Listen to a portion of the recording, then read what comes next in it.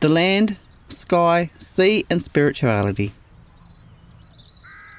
Prior to 1830, sitting here would have been on the edge of a grassy woodland, stretching all the way to the foothills of the Mount Lofty ranges. As we walked across the parkland just now, you would have seen examples of native grasses being cultivated. We are close to the grass place, which was named after the native grasses which are present here, including wallaby, spear, wheat and windmill grass.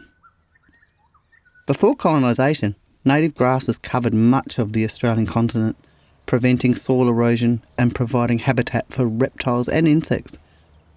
Their loss after the introduction of cows, sheep and European crops not only damaged the land, but also meant the loss of many traditional plant and animal food sources for Kaurna people.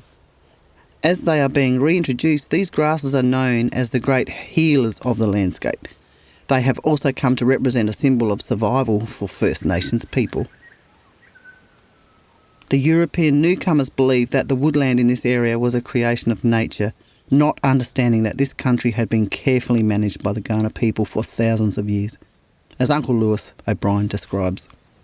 The area now occupied by Adelaide City and Parkland, which the Kaurna people call the Red Kangaroo Place, was the heart of Kaurna country. Before 1836, it was an open grassy plain with patches of trees and shrubs, the result of hundreds of generations of skillful land management. I think that everyone now are crying out for the spiritual side of life. People are finding it hard to come to terms with the land. And yet, it's here. It's under your feet. You're on the Red Kangaroo dreaming here. It's Tandanya. Multiple dreaming trails crisscrossed Kaurna country and still do. Kaurna cultural heritage is a combination of the earth and the sky, the waters and the sea.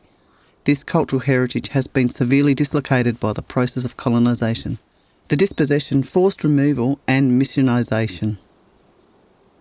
The continuing Kaurna culture is a culture of renewal, drawing on the knowledge of the past, held in dreaming narratives and songlines, in the spirit of the cultural bearers and custodians, and importantly in the land.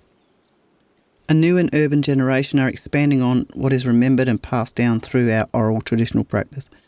Lewis O'Brien and Georgina Williams, who are senior Kaurna cultural custodians, shared their knowledge with linguist Rob Amery to create a report entitled Kaurna Dreaming Stories.